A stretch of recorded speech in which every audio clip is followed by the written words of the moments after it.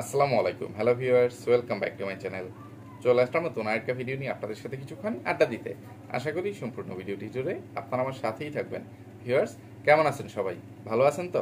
আশা করি যে যেখানেই আছেন সবাই ভালো আছেন, সুস্থ আছেন, নিরাপদে আছেন। দোয়াও করি আপনারা সব সময় ভালো থাকুন। ঈদ কীরকম কাটাইলেন? ঈদে কীরকম আনন্দ ফুর্তি করলেন? নিশ্চয়ই ভালো। আশা করি ঈদে খুব আনন্দ ফুর্তি করছেন, অনেক ঘুরে বেড়াইছেন, অনেক জায়গায় দাওয়াত খাইছেন, নিজের বাড়িতে অন্যান্য আত্মীয় স্বজনদেরকে দাওয়াত খাওয়াইছেন। এমনকি ঈদ উপলক্ষে টেলিভিশনে প্রচারিত যত বিনোদনমূলক অনুষ্ঠানগুলো ছিল সেগুলো খুব সুন্দরভাবে উপভোগ করছেন। আপনাদের মতো আমিও উপভোগ করছি এবং এবারের ঈদে আমি অনেক বিশ্রাম নিচ্ছি। সেই জন্য ঈদ আসার পর থেকে আমি আপনাদের সাথে ঠিকমতো আড্ডা দিতে পারি নাই, আড্ডা দেওয়া হয়ে ওঠে নাই। তো আজকে থেকে চেষ্টা করব আবার রেগুলারভাবে আপনাদের সাথে আড্ডা দিতে। আর আমার যে রেগুলার আসামিগুলো আছে, যে অপরাধী বা নোংরা অমানুষগুলো, রাতের রাজারানিগুলো আছে, তাদেরকে ঠিকমতো ধোলাই করতে। তা আপনারা আমার কথা মনে রাখছেন তো? সবাই মনে রাখেন নাই, কেউ কেউ ঈদের মধ্যে নিজ নিজ কাজে একটু বেশি ব্যস্ত হয়ে গেছেন। তাই অনেকেই, আমি ঈদের মধ্যে যেই দুই একটা ভিডিও শেয়ার করছি, হালকা পাতলা যে ব্লগিং ভিডিওগুলো শেয়ার করছি, সেখানে আপনারা অনেকেই চোখ রাখেন নাই। তো আশা করব এখন আপনাদের ব্যস্ততাগুলো কমে গেছে। এখন থেকে আবার আপনারা আমার আড্ডায় রেগুলারভাবে শরিক হবেন, যুক্ত হবেন। তো অনেকদিন ধরে রোস্টিং ভিডিও বা কোনো ভিডিও শেয়ার করতে শেয়ার না করতে করতে আমি কি রোস্টিং করা বা ধুলাই করা ভুলে গেছি কিনা, সেটাও আজকে আমার পরীক্ষা হবে। তো আপনারা বলবেন আমি কিরকম ধুলাই করতে পারলাম। তো আজকের আমি আমার পুরনো আসামি বা রেগুলার আসামিদেরকে ধুলাই করব না। আজকে কিরকম কি বলবো, নতুনও বলা যায় না একবারে, আবার মোটামুটি নতুন, ঠিক আছে।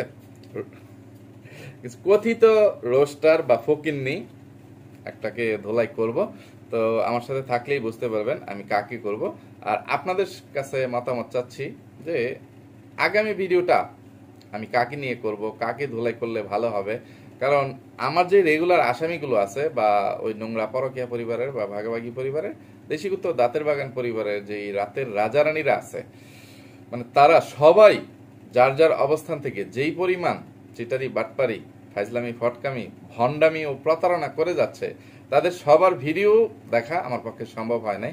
কিন্তু তাদের টাইটেল থাম্বনেলগুলো আমি দেখছি বা আমার সামনে আসছে, যে এত এত রাতের রাজারানীদের মধ্যে আমি কোনটাকে রেখে কোনটাকে ধরবো, ইয়ে করব, একটা লেগে গেছে, হজবরল লেগে যাওয়ায় আমি একেবারে সবাইকেই বাদ দিয়ে দিছিলাম যে এইবারের ঈদে আমি কোনো প্যারা নিব না, আমি এবার একটু বিশ্রাম চাই। কারণ অনেকটা পেরেশানির মধ্যে দিয়ে এবারের রোজার মাসটা অতিবাহিত হয়েছে আমার জন্য।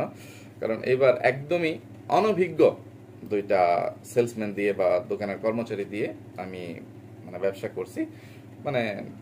তাদের কোনো পূর্ব অভিজ্ঞতা ছিল না। তো তাদের উপর মনোযোগ রাখা বা তাদেরকে শেখানো, তাদেরকে পরিচালনা করা, সব মিলিয়ে একটু পেরেশানির মধ্যে দিয়ে গেছি। সেই জন্য সোজা কথা, আপনাদের সাথে আড্ডাটা কম হয়েছে আর আমার আসামিদেরকে ধোলাইটা একদমই হয় নাই। আর রোজার মাসে তো ওই যে আমি যেটা বলতেছিলাম যে পায়ে পাড়া দিয়ে ঝগড়া করতে আসা কথিত একটা রোস্টার নামধারী ভণ্ড, বাচাল, মুখোশধারী শয়তান বা ফকিন্নি আমার সাথে ঝগড়া করতে আসছিল, বা পায়ে পাড়া দিয়ে কুত্তার মতো ঘেউ ঘেউ করতে আসছিল। ওই ফকিন্নিকে ধুলাই করতে গিয়ে অনেকটা সময় চলে গেছে, বা মন মানসিকতাও অনেকটা নষ্ট হয়ে গেছিল। একটা ইয়ের মধ্যে পড়ে গেছিলাম যে আমি এতদিন কাকে বন্ধু ভেবে ভুল করছিলাম। নিজের উপরেও নিজের একটু রাগ হচ্ছিল যে মানুষকে বারবার বিশ্বাস করতে গিয়ে আমি শুধু ভুল করি আর ঠকে যাই। তো এই কাজটা যেন আর না হয়, বা মনের মধ্যে একটু ইয়ে করছি নিজের সাথে নিজে, যে যত ভালো মানুষই হোক না কেন, হুট করেই সোজা কথা কাউকে যাচাই বাছাই না করে আর কাউকে বিশ্বাস করতে যাব না। কারণ শয়তানের মুখের মধ্যে অনেক রসকস থাকে। শয়তান সবসময় বন্ধু সেজেই ইয়ে করতে আসে, কাছে আসে, বন্ধু সেজে আসে, তারপর কাছে আসার সুযোগ পাইলে ক্ষতি করে। যেরকমটা ওই কথিত রোস্টার বা বাচাল ফকিন্নি যেই হোক না কেন, মানে আপনারা বুঝে যাবেন কার কথা বলতেছি। তো সে এই কাজগুলো করছিল। তো আজকে আমার পুরনো আসামিগুলোকে বাদ দিয়ে এই কথিত রোস্টার বা ভণ্ড মুখোশধারী বাচাল ফকিন্নিকে একটু ধুলাই করব। তো শুরুতেই সবার কাছে আবার অনুরোধ করতেছি, মানে সম্পূর্ণ ভিডিওটা না টেনে খুব মনোযোগ দিয়ে দেখার চেষ্টা করবেন। টেনে টেনে দেখলে অনেক গুরুত্বপূর্ণ বিষয় মিস হয়ে যাবে, তখন আবার অনেক কিছুই আপনাদের অজানা থেকে যাবে, মাথার উপর দিয়ে যাবে, কিচ্ছুই বুঝতে পারবেন না। আর অবশ্যই আমার ভিডিও দেখে একটা লাইক দিয়ে যাবেন, যেন আপনার এই লাইকের মাধ্যমে আমার ভিডিওর ইমপ্রেশন বৃদ্ধি পায়, আমার ভিডিওর নোটিফিকেশন যেন আর অনেক বেশি বেশি নতুন নতুন ভিউয়ার্সদের কাছে পৌঁছে যেতে পারে। আর যারা আমার চ্যানেলে নতুন তাদের কাছে অনুরোধ থাকলো, যদি আমার কথাগুলো ভালো লাগে তাহলে অবশ্যই আমার চ্যানেলটি সাবস্ক্রাইব করে দিয়ে পাশে থাকা ছোট্ট বেল আইকনটি বাজিয়ে দিয়ে অল নোটিফিকেশন চালু করে দিবেন, যেন আমি ভিডিও ছাড়ার সাথে সাথে আপনাদের কাছে নোটিফিকেশনগুলো পৌঁছে যায়। আর ওই যে কথাটা একটু আগে বললাম, যে আমি আমার পরবর্তী ভিডিওতে কোন রাতের রাজা বা রানীকে ধুলাই করব, কারণ এখন সবগুলো এই মানে নিজ নিজ অবস্থান থেকে অনেক বেশি ফটকামি, ফাতরামি, চিটারি, বাটপারি, প্রতারণা, নষ্টামি, নোংরামি করতেছে বাংলার তানুমণ্ডল, মানে এই যে মানে নেক্সট জেনারেশন বা মানে নষ্টের ঘুরি, ওই মুখোশধারী শয়তান, টিট গার্ডেন, দাঁতের বাগান ও রাতের রানী, পাটক্ষেতের রানী, ইবলিশের রানী, বাংলাদেশি ডাইনি, মাগিনোর, দেশি কুত্তা, বরকের রানী, মেকআপ বুতুরি, হাগু খাইসব, আলদি নোংরা, গোবর টুকানি, চাশমিশ, চেবাসুর, কি কোনটাকে ছাড়বো কোনটাকে ধরবো, সবগুলোই মানে জোতাপিটা খাওয়ার জন্য অনেকগুলো গুরুতর ধরনের অন্যায় অপরাধ ফটকামি ফাইজলামি করছে। তো এখন মেকআপ বুতুরি ও হাগু খাইছোকে নিয়ে মুখ খুলবো বা তাদেরকে ধুলাইটা করব? তাদের মানে বর্তমান যে পরিস্থিতি আছে, তারা কি লিভ টুগেদার করতেছে, না সংসার করতেছে, না নষ্টামি নোংরামি করতেছে, এগুলো বলবো না কি যে দেশি কুত্তা, বাংলাদেশি ডাইনি, মাগিনুর, তাদের বৈবাহ বার্ষিকী না মাসিকী না ম্যারেজ ডে, যেটাই হোক, এই যে এই মানে ম্যারেজ ডে বা ইয়ে উপলক্ষে যেই ফটকামি, ফাতরামি, নষ্টামি, নোংরামি করতেছে, এইগুলোর জন্য ধুলাই করব, না দাঁতের বাগান যে ফটকামি, ফাতরামি গুলো করতেছে। আচ্ছা, এগুলো বলতে গেলে সারাদিন মানে বলতে পারবো, কথা শেষ হবে না। তো আজকে আপনাদেরকে আমি একটু কাউয়া বিরিয়ানি খাওয়াবো। তো এবার নিশ্চয়ই ক্লিয়ার হয়ে গেছেন আমি কথিত রোস্টার বা ভণ্ড, ফকিন্নি, বাচাল কাকে বলতেছিলাম। তো অনেকদিন তো ঈদের মধ্যে মানে পোলাও মাংস খাইলেন, হয়তো বা বিরিয়ানিও খাইছেন। তো একটু বিনোদনের জন্য, আপনাদেরকে বেশি বিনোদন দেওয়ার জন্য আজকে কাওয়া বিরিয়ানি নিয়ে উপস্থিত হয়ে গেলাম। তো হঠাৎ চোখে একটা ভিডিও পড়লো, ওই নোংরাগুলোর নোটিফিকেশন যেরকম আমার কাছে আসে বা একটু দেখি খুঁচিয়ে মুচিয়ে, তো এইরকম এই কাওয়া বা ভণ্ড, বাচাল, ফকিন্নির মানে গত 2-3 দিন আগের একটা ভিডিও নোটিফিকেশন পাইছিলাম, বা কাওয়া থেরাপি ব্লগ। হঠাৎ এই কাওয়া থেরাপির ভণ্ড, বাচাল, মুখোশধারী শয়তান, বেড়ির, ফকিন্নির ব্লগ বানাইতে মন চাইছে। তো ঈদের মধ্যে সে হয়তোবা তার বাপের বাড়িতে গেছিল, বাপের বাড়ি যে কোথায় সেটা মানে আজও আমি আবিষ্কার করতে পারলাম না। তো আমি এখানে শুরুতে আরো একটা বিষয় এখানে সবার কাছে অনুরোধ করতেছি, সবাই একটু মনোযোগ সহকারে শুনবেন আর আমার অনুরোধটা রাখার চেষ্টা করবেন। আমার এই কথাগুলো বা আজকের কথাগুলো যদি কারো কাছে ভালো না লাগে, দয়া করে আপনারা মানে অতীতেও বলছি, এখন আবার নতুন করে বলতেছি, যে আপনারা আমার চ্যানেল থেকে একবারে দূরে সরে যাবেন, মানে সারা জীবনের মতোই আমাকে বয়কট করবেন, ঠিক আছে? কারণ আমি বলছিলাম যে আমার শত্রুর ঘরে বা বাড়িতে যার যাতায়াত আছে, আনাগুনা আছে, সে যেন আমার বাড়িতে না ঢুকে বা আমার জীবনে না আসে, আমার বন্ধুত্ব মানে আমার বন্ধুর সাথে না আসে, ঠিক আছে? আমার শত্রুর বন্ধু কখনো আমার বন্ধু হইতে পারে না, ঠিক আছে? সেই জন্য আমার কথাগুলো যদি কারো কাছে খারাপ লাগে তাহলে তারা আমাকে বয়কট করে চলে যাবেন, কিন্তু ভুল করেও উল্টাপাল্টা কোনো কমেন্ট করবেন না বা আমাকে জ্ঞান দিতে আসবেন না যে ভাইয়া আপনি আবার নতুন করে শুরু করতেছেন কেন। আমি আগেই বলছিলাম যে রোজার মাসে ব্যবসায়িক ব্যস্ততায় আমি তাকে ঠিকমতো ইয়ে করতে পারি নাই। আর তার যে ক্লাস, সে যে নিম্নমানের একটা ফকিন্নি বা নিচু শ্রেণীর একটা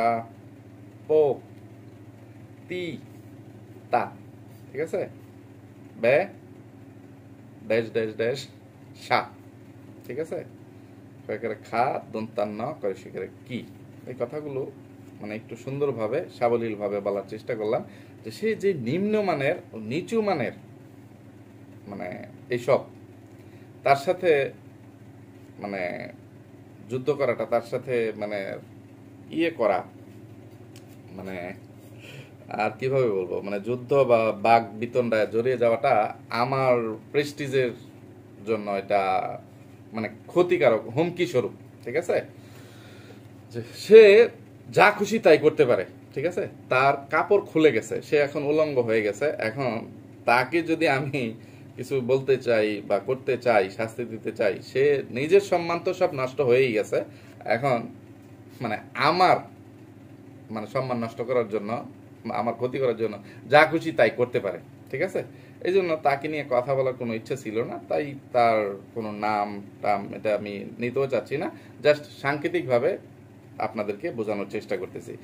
এই কারণেই করতেছি যে সে নিজে কি, নিজের অবস্থান কি, সেটা তো নিজে এই পর্যন্ত কোনো একটা ভিডিওতে এত এত মানে কৈফিয়ত তার কাছে চাওয়ার পরেও সে আজ পর্যন্ত দিতে পারে না। নিজের পরিচয়, নিজের অবস্থান কোনো কিছুই সে ঠিক করে নাই বা মানে প্রকাশ করে নাই। তো সব কিছুই মানে আড়াল থেকে, মানে সে আদৌ জিন, ইনসান না শয়তান না প্রেতাত্মা, এগুলোর মানে কোনো হদিস নাই। তবে সে মানে যাই থাকুক না কেন, সে বুঝাইছে যে তার একটা পরিচয় আছে, ঠিকানা আছে, এটা সেটা। কোনো একটা এলাকার কোনো একটা ইউনিয়নের চেয়ারম্যানের বা সাবেক চেয়ারম্যানের মেয়ে এই কাউয়া, ঠিক আছে, কাউয়া থেরাপির ভণ্ড বাচাল ওই ফকিন্নি।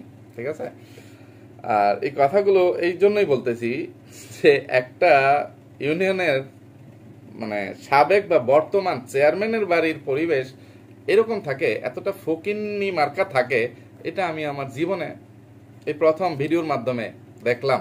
যে কাউয়া থেরাপি ব্লগ যে ভিডিওটা আছে সেখানে দেখতে পারলাম, আর সেটা দেখে মানে চুপ থাকতে পারলাম না। আর ওই যে মানে কথাগুলো হয়তো একটু এলোমেলো হয়ে যাবে, আপনারা একটু সাজিয়ে গুছিয়ে নেবেন। আমি একটা কথা বলছিলাম যে আমি তাকে মাটির নিচ থেকে হইলেও খুঁজে বের করে, তাকে মানে খুঁজে বের করে তার বিচারটা করব। সে আমাকে নিয়ে, আমার মাকে নিয়ে, আমার নিষ্পাপ মেয়ে সারিকাকে নিয়ে যে অকথ্য মানে কথাবার্তাগুলো বলছে, বা যেই মানে মানে কি বিশ্রী জঘন্য কথাবার্তাগুলো বলছে, তাকে তো এত সহজে আমি ছেড়ে দিব না। মানে তাকে সোজা কথা ছাড় দিছি, কিন্তু একেবারে ছেড়ে দিব না। আমি বলছিলাম যে রোজার মাসের ব্যবসায়িক ব্যস্ততার জন্য তাকে ঠিকমতো মানে খুঁজে বের করতে পারবো না, বা তার পিছনে সময় দেওয়ার মতন সময় আমার হাতে নাই। কিন্তু রোজার মাসটা শেষ হয়ে গেলে তাকে আমি মাটির নিচ থেকে হইলেও খুঁজে বের করব। তো আমি সেই চেষ্টাটা এখন শুরু করতেছি। আর সেই জন্য তাকে এবং তার যত শুভাকাঙ্ক্ষী বন্ধু বান্ধবরা আছে, দালাল চামচার আছে, তাদেরকে একটা হুঁশিয়ারি দিয়ে যাচ্ছি যে তারা এখানে উল্টাপাল্টা কমেন্ট করে শুধু শুধু আমার মানে জিতটা আর মানে যেন বাড়িয়ে না দেন বা বাড়িয়ে না দেয়, যে সেই জন্য তাদেরকে কঠিন হুঁশিয়ারি বা সতর্কতা মানে বার্তা শুনিয়ে যাচ্ছি। এই যে মানে উদাহরণস্বরূপ এখানে যে হঠাৎ করে ইরান ইসরায়েলের উপরে হামলা করে যে জবাবটা দিল, ইসরায়েলকে যে শিক্ষাটা দিল, বুঝিয়ে দিল ইরান কতটা শক্তিশালী। ইরান চাইলে মানে কি করতে পারে ইসরায়েলকে, এটা শুধু বুঝিয়ে দিল। আর বিশ্বের অন্যতম একটা পরাশক্তি যুক্তরাষ্ট্র বা আমেরিকাকেও একটু হুঁশিয়ারি দিয়ে দিছে যে সে যেন নীরব ভূমিকায় থাকে, সে যেন এখানে মানে নাক গালাইতে না আসে বা ইসরায়েলকে উস্কানি দিতে না আসে। সেরকম আমিও ওই কাওয়া থেরাপির ভণ্ড মানে বাচাল মুখোশধারী শয়তানের সব অনুসারীদেরকে বা শুভাকাঙ্ক্ষীদেরকে, দালাল চামচাদেরকে এই হুঁশিয়ারিটা দিয়ে দিলাম যে আপনারা আমার কথা ভালো না লাগলে নীরব থাকেন। এখানে মানে নিজেরা মানে আমার সাথে মানে যুদ্ধে লিপ্ত হইতে আইসেন না বা আমার শত্রুতে রূপান্তরিত হয় না, তাহলে আমার সাথেও কিন্তু অন্যান্য আরো যে পরাশক্তিগুলো আছে সেগুলো যুক্ত হয়ে যাবে। রাশিয়া, কোরিয়া, চীন, এরকম এরকম আরো অনেক এরা আমার মিত্র বাহিনীরা যুক্ত হয়ে যেতে পারে। ঠিক আছে, তখন আর পালানোর কোনো পথ খুঁজে পাবেন না। সো আমেরিকা বা যুক্তরাষ্ট্র যেরকম রাশিয়া ইসরায়েলকে বলছে শান্ত থাকতে বা নীরব থাকতে, যে তুমি দোষ করছিলা সেই জন্য তুমি ঠ্যাঙ্গা খাইছো, এখন তুমি চুপ থাকো। এরকমই যে কাওয়া থেরাপি দোষ করছে ওই ভণ্ড বাচাল সত্যি দোষ করছে, এখন সে ঠ্যাঙ্গা খাচ্ছে, খাইতে থাকুক। আর তাকে আমি শীঘ্রই খুঁজে বের করে সবার সম্মুখে তার চেহারাটা প্রকাশ করব। এই ব্যাপারে আপনারা মোটামুটি একটু আশ্বস্ত থাকতে পারেন, ঠিক আছে? তো আমি মূল পয়েন্টে চলে যাই। যে কথা বলতেছিলাম যে একটা চেয়ারম্যানের মেয়ে নাকি সে, আর একটা চেয়ারম্যানের মানে বাড়ির পরিবেশ বা সাবেক চেয়ারম্যানের বাড়ির পরিবেশ এরকম থাকে আমি কখনোই দেখি নাই। এখন ঘর বাড়ি এটা সেটা সে দেখিয়ে বলছে যে একটা ভাঙ্গাচোরা ছনের ঘর বা বেড়ার ঘর, পাটখড়ির ঘর দেখিয়ে যে এইটাতে এখন কেউ থাকে না, এটা পরিত্যক্ত বা এটা মানে একবারে ভেঙে ফেলাও হচ্ছে না, এই ঘরে খড়ি টড়ি এটা সেটা রেখে দেওয়া হয়, রান্না বান্নার লাকড়ি টাকড়ি এটা সেটা এই ধরনের একটু ফুটানি করে গেছে। তো আচ্ছা, এটা যদি যুক্তিসঙ্গত কথাও হয় হয়, তো বাকি আরো যে পারিপার্শ্বিক জিনিসগুলো সে সেই ভিডিওতে সেদিন দেখাইছে, এগুলোর মধ্যে আরো অনেক মানে ফকিন্নিগিরি বা ছোট লোকিগিরি আছে বা ছিল, যেগুলো হচ্ছে যে সে একটা মানুষের চেহারা তার ভিডিওতে দেখাইতে পারে নাই। তার মা, ভাবি, ভাই, তার বাপ, আদৌ তার বাপ জীবিত না মৃত, মানে বাপ আছে কি নাই সেগুলো সে দেখাইতে পারে নাই। শুধু আর কি কি চিটারি, একটা মানে দোতলা বাড়ি দেখিয়ে, ফাউন্ডেশন করা একটা বিল্ডিং বাড়ি দেখিয়ে এটাকে নিজের ভাইয়ের বাড়ি বলে চালিয়ে দেওয়ার একটা অপচেষ্টা বা অপকৌশল করে গেছে। তো একটা মানুষের ভাইয়ের বাড়ি হইতেও পারে, আর না হওয়ার সম্ভাবনাটা যে সবচেয়ে বেশি এটাও এখানে বলি। কারণ এই কাওয়া থেরাপির ভণ্ড বাসাল এই আরো দিতে চাইছিলাম কিছু বৈশিষ্ট্য, দিলাম না। যে বাংলাদেশি ডাইনি মাগিনুর যখন অন্যের বাড়িকে নিজের বাড়ি বা মানে ভাইয়ের শ্বশুর বাড়ি হিসেবে চালিয়ে দেওয়ার চেষ্টা করছিল, তখন কিন্তু এই কাওয়া থেরাপির ভণ্ড বাসাল মহিলা মাগিনুরকে অনেক ধুলাই করছিল। তো এখন সে অন্য লোকের একটা বাড়িকে নিজের ভাইয়ের বাড়ি বলে চালিয়ে দেওয়ার চেষ্টা করছে, তাহলে সে কেন ধুলাইটা খাবে না? আর বাংলাদেশি ডাইনি মাগিনুর কি চেষ্টা করছিল, যে এই যে নয়া ভাদাইম্যা আছে বর্তমান চাশমিশ চাবাসুটকির জামাই বা অতীতের রেশমার জামাই, ঠিক আছে, রেশমাদের বাড়িটাকে দেখাইতে গিয়ে অন্য একটা বাড়ি দেখিয়ে মানে বোঝাইতে আসছিল যে সেই বাড়িটা তার ভাইয়ের শ্বশুর বাড়ি এটা সেটা। তো রেশমাদের বাড়ির অবস্থা মোটামুটি এই ডাইনি মাগিনোরদের বাড়ির চাইতে অনেক ভালো, ঠিক আছে?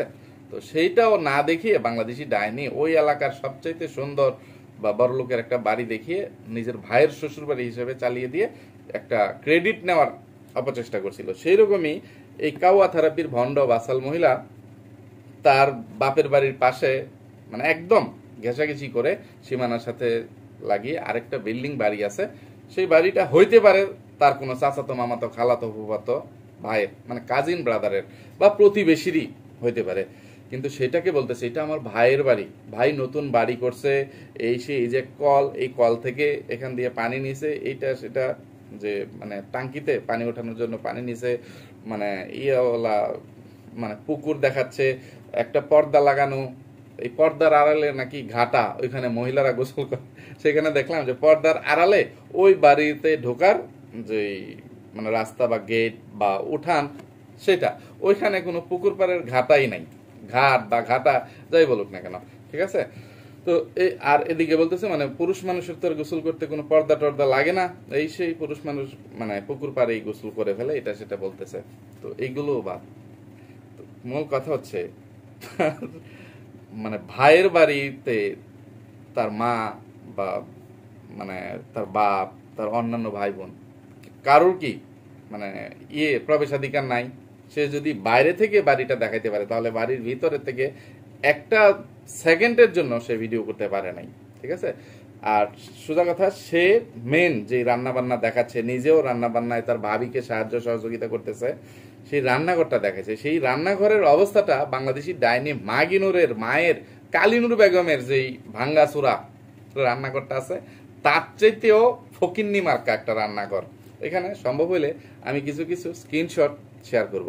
তো এই ধরনের ফ্যামিলি থেকে এসে একটা ফকিন্নি মানে টাকার জন্য সোজা কথা পাগল হবে না তো হবেটা কি? এই জন্য এই কাওয়া থেরাপির ভণ্ড বাসাল ফকিন্নি মানে ইউটিউব থেকে এই যে মাগিনুরদের মতন একটা নোংরাদের সন্ধান পেয়ে তাদেরকে ধোলাই করে মানে জীবিকা নির্বাহের একটা সহজ পথ পেয়ে গেছে। আর কোথায় কোন ইয়েতে মানে পাড়ায় বা নষ্টালয়ে রান্না বান্নার দায়িত্বে আছে, বাবুর্চির কাজ করে কিছু টাকা পয়সা পায়। এখন ব্যাচেলারদের ইয়ে থেকেই মানে এই ইয়েটা রান্না বান্নার কাজটা পাইছে, মানে সত্যি কোনো নষ্টালয় বা পতিতালয়ের রান্না বান্নার মানে দায়িত্ব পাইছে বা রান্না বান্না করে, সেটা আল্লাহ তাআলা ও সেই বলতে পারবে। তো সে দেখানোর মধ্যে শুধুমাত্র একটা ছোট বাচ্চার চেহারা দেখাইছে যে ভিউয়ার্স এইটা আমার ভাতিজা, আর যে এই ভাতিজাটা যার কোলে ছিল সেই মেয়ের চেহারাটাও দেখাইতে পারে না। ছোট একটা বাচ্চা মেয়ে, তার চেহারাও দেখাইতে পারে নাই। তো একটা ছোট কয়েক মাসের বাচ্চার চেহারা দেখে তাকে কিভাবে খুঁজে বের করব বা ইয়ে করব। আর ভিউয়ার্স কি বলবো, মানে পরিবেশটা একটু দেখেন যে একটা বর্তমান না, সম্ভবত প্রাক্তনী, সে বলতেছিল আমার বাপ যখন চেয়ারম্যান ছিল, তার মানে অতীতে ছিল। আর সেটা মানে আমি ভাবতেছিলাম কোথাকার কোন মানে ইয়ে কমিটির, যে পতিতালয়ের দালাল কমিটির চেয়ারম্যান বা সভাপতি নাকি, সে আবার এটা ইয়ে করে ভাঙিয়ে বুঝিয়ে গেছে, বলে গেছে বা চাপাবাজি করে গেছে ইউনিয়ন পরিষদের চেয়ারম্যান। ঠিক আছে, তাহলে তো এটা চারটেখানে কথা না, কোন এলাকার কোন ফকির নিয়ে এটা মানে যে বাংলাদেশে কোন এলাকা কোন দরিদ্র এলাকায় মানে এখনো এইরক চেয়ারম্যানদের বসবাস আছে, যেই সাবেক চেয়ারম্যানের বাড়িতে মানে যেই হাড়ি পাতিলের রান্নাবান্নাগুলো হচ্ছে, আমি সম্ভব হলে এখানেও কিছু স্ক্রিনশট দিব, যে মাটির ঢাকনার ইয়ে উপরের যে ধরার, যেটাকে কি বলে ধরুনি বা আমি এখন বলতে পারতেছি না, ঠিক আছে, যে ওইগুলো নাই, ভেঙে গেছে। যেই কড়াইয়ে মুরগির মাংস রান্না করা হচ্ছে সেই কড়াইয়ের একটা ডাট নাই, ঠিক আছে, কড়াইয়ের মধ্যে একটু কয়রার মতো ইয়ে থাকে, এক সাইডে আছে আরেক সাইডে নাই, মানে একসাথেই তিনটা চুলা হয়তো বা জ্বলতেছে, পাতার চুলা বা লাকড়ির চুলা ইয়ে করা। মানে কিরকম একটা পরিস্থিতি, কিরকম একটা পরিবেশ, যারা ভিডিওটা দেখছেন তারা তো জানেনই, আর যারা দেখেন না এখানে আমি কিছু স্ক্রিনশট দিব। তো এই মানে সাবেক চেয়ারম্যানের বাড়ির পরিবেশ এইরকম থাকে, এটা মানে এই ধরনের হত দরিদ্র ইউনিয়ন কোথায় আছে, মানে চেয়ারম্যানই না থাকুক কিন্তু যারা জীবনে একবার হইলেও চেয়ারম্যানই করে, যে তাদের বাড়ির পরিবেশ। আমাদের এলাকায় মনে হয় যে ভিক্ষা করে এরকম আমার পরিচিত কেউ নাই, মানে আমাদের গ্রামের মধ্যে আমি মানে কাউকে খুঁজে পাবো না। তবে পুরো ইউনিয়নে যদি খুঁজে পাওয়া যায় যে কোনো একটা মানুষ ভিক্ষুক আছে, এটা সেটা একটা কানা ল্যাংড়া খুঁড়া আছে যারা ভিক্ষা করে, তাদের বাড়ির পরিবেশও আমার জানা মতে মানে আমার ইয়ে মতে শোনা কথায় যতটুকু জানি, যে একটা ল্যাংড়া আছে ভিক্ষুক কমিটির সভাপতি, ঠিক আছে, তার যেই পরিমাণ টাকা, তার বাড়ির যেই পরিবেশ, মানে তার বাথরুম টয়লেট ঘর দোয়ার সবকিছুতেই টাইলস লাগানো, কত ইঞ্চি, মানে অনেক বিশাল টেলিভিশন ফ্রিজ এটা সেটা।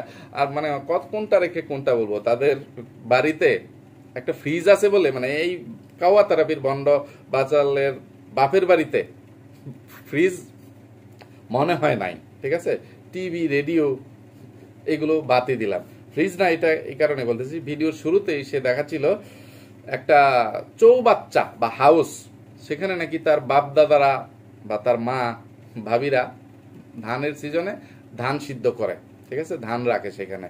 তো এখন সেটা ধানের সিজন না, আর ধানের সিজনের বাদ দিয়ে ওই হাউসের মধ্যে এখন কিছু শিং মাছ রেখে দিছে, দেশি শিং মাছ। তো শিং মাছ থাকুক আর যাই থাকুক না কেন, কই মাছ থাকুক, মানে কিছু কিছু মাছ জিয়ে রাখে, ঠিক আছে, পানিতে ইয়ে করে রাখে, এগুলো হাড়ি পাতিলেও রাখা যায়, ইয়ে করে রাখা যায়।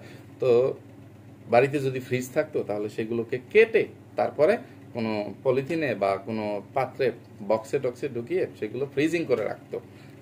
তাদের বাড়িতে ফ্রিজ নাই বলেই এইরকম সনাতন পদ্ধতিতে হাউসের মধ্যে ইয়ে করে রাখছে। আর সোজা কথা বললাম না যে বাড়ির হাড়ি পাতিলের অবস্থা দেখলে একটা বাড়ির পরিবেশটা কিরকম, তারা কতটা ইয়ে, সেটা ওই বাড়ির বাথরুম টয়লেটের দিকে তাকাইলে এবং রান্নাঘরের যেই মানে যেই জায়গাটা থাকে রান্নাঘর, রান্না যেখানে করে সেই পরিবেশটা দেখলেই ওই বাড়ির সম্পূর্ণ মানে ইয়েটা মানে ধারণা করে নেওয়া যায়। তো এই ফকিন্নি এই ভণ্ড বাসাল মানে বেশি গলাবাজি চাপাবাজি করতে এসে এই ইয়েটা খাইছে, ধরাটা খাইছে। আর তার মা সোজা কথা তার দাদার আমলের একটা বাড়ি দেখাচ্ছিল, সেখান থেকে তার মা বাইরে থেকে কাপড় টাপড় নিয়ে ঘরে ঢুকাচ্ছে, বলতেছে এটা আমার দাদার বাড়ি, এটা আমার দাদার আমলে করে যাওয়া ঘর।